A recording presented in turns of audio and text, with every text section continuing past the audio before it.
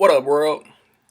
Yeah, as promised, man, over the past, I don't know, two, three, four videos, um, my three favorite movies of the second quarter of the year.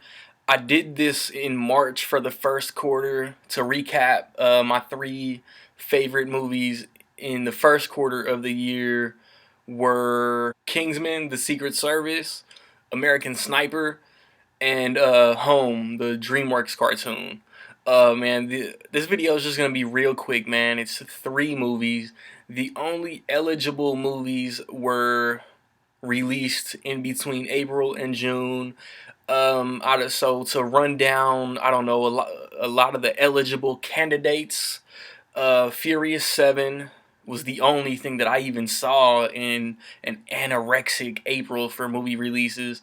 I don't know, man. Paul Blart 2, Avengers Age of Ultron, Maggie, the Arnold Schwarzenegger zombie movie, Pitch Perfect 2, Mad Max Fury Road, Tomorrowland, San Andreas, Entourage, Spy, Jurassic World, um, Inside Out. What Dope came out with Inside Out, and then Ted 2. Nothing else counts. Nothing from January, February, or March. This is the second quarter of the year. Just like a basketball game, man. Just like a football game, man. The year can be split up into four quarters, 3 months apiece. So at number three, which if anybody knows me personally, it'll be a shock that this is number three, man. But my number three movie for the second quarter of the year is Avengers Age of Ultron.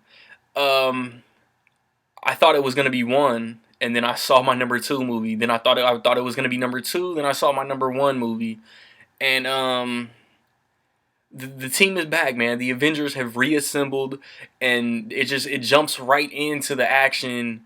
I believe, from what I understand, due to a an episode of Agents of Shield, and it kicks off, man. It doesn't even let you settle in. You're just on the edge of your seat already. There's a running gag the whole movie about Captain America getting on Iron Man for I was saying the word shit or something. I'm sure everybody's seen it by now. It's a minor spoiler. It's not even a spoiler. It's just spoiling a joke, I guess. Just the way that, like, it was cool. Like, I know Ant-Man really created Ultron, but they used him in this movie, and everybody knows he was created by Hulk and Iron Man, and the way that he discovers that taking out the Avengers will lead to solving humanity's crime problem or violence problem or whatever, I thought that was real cool. I've heard complaints about there's not a lot of explanation as to why he turns bad, but he analyzes the world's history from the internet, gathers that humans are the problem, and says human extinction is what will save the world, basically. Like, I think he's one of the best Marvel villains because you understand his cause, and I loved what Joss Whedon did.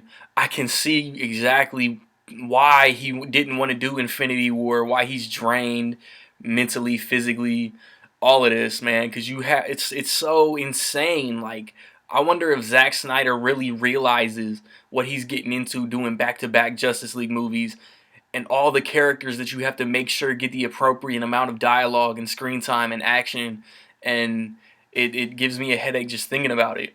But Joss Whedon in both Avengers movies, and in this one specifically, man, did just an excellent job of making sure that everybody had enough to do, because he added like five more characters from the first movie: Quicksilver, Scarlet Witch, Ultron, Vision. I can't wait to own this on Blu-ray. I can't wait to see Ant-Man in a few weeks for the third quarter of the year. I love the Marvel Cinematic Universe, and I just cannot wait, because most of what's on the horizon, like, I don't know, I think a Captain America sequel and a Thor sequel aside, we're getting all new Avengers, man. Black Panther, Captain Marvel, Spider-Man, Doctor Strange. I can't wait, man. My number two movie was number one until like 2 weeks ago, and that's Mad Max Fury Road. I've heard a couple complaints, but I just consider anybody that complains about this movie lame. Um, Mostly practical effects, all out in what I think is the Australian desert. I might be wrong. Tom Hardy just stepped right into Mel Gibson's boots flawlessly. Every like there's complaints that like it's too like pro female or something, and it's like that Charlize Theron's really the main character. I feel like those people haven't seen the original three Mad Max movies. He's always kind of like just the drifter pedestrian slash side character, dare I say, that gets pulled into just an insane situation. His car is always dope. There's so many throwbacks to the first three movies. Tom Hardy has said he signed on for multiple sequels, man. I hope George Miller doesn't wait, and I hope he pulls the trigger, because this is one of my biggest surprises, man. Like, how can you do a movie that's a 2-hour car chase and keep that shit entertaining? I mean, Tom Hardy kills it. Charlize Theron like tries to steal the show from Tom Hardy. Nicholas Holt holds it down. Like, he's becoming a star.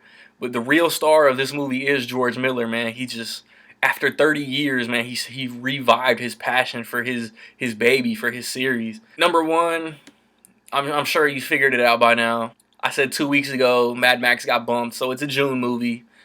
And shocker, it's not Jurassic World. Jurassic World was number 4 if I did 4 videos. But I was 3 months and a quarter, so I just landed on 3 movies for these videos for this list. My number of my favorite movie of the year right now is Inside Out. It was so funny, man. It was so entertaining. I haven't been so amazed, invested, and entertained in a movie in such a long time, man. Every single character in this movie was cast perfectly. When you're getting familiar with the cast and the characters, it's the first like 15-25 minutes are just hilarious because they hit on all these things that you do, that you feel. And like I said, the voice cast, man. Amy Poehler was perfect as Joy. Bill Hader was perfect as Fear, and Lewis Black was perfect as Anger. And that's not to short Mindy Kaling or Phyllis Smith at all, because they were perfect. Richard Kind as the imaginary friend was perfect. Diane Lane, Kyle MacLachlan as the parents were perfect. And it tugs at your emotions as you're watching. And a kid or adult, male or female, man, if you don't at least tear up in this movie, like I said in my review, you just don't have a soul. Like, you're not human. This is relatable from the youngest, hopefully age appropriate child in the theater to the oldest senior citizen in there. So that's it for my quarterly video, man. The third quarter video, if you can do the math, will come out at the end of September. What were some of your favorite movies in the second quarter, like I said, between April and between June?